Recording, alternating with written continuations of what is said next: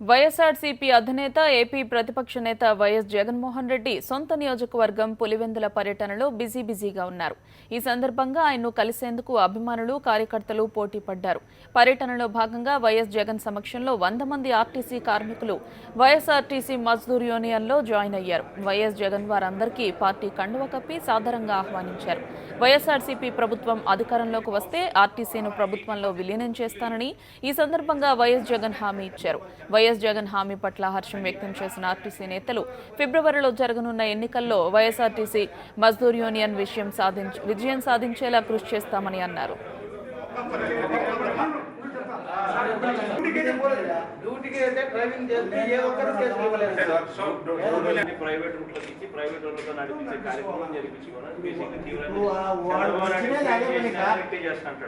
ఒకటే పద్ధతి ప్రకారం ఏదైనా కానీ చేయాల్సిందే.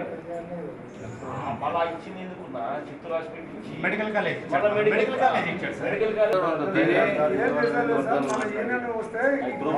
అనే ఓరియంటేషన్ తో పోతే పనులు జరగవు.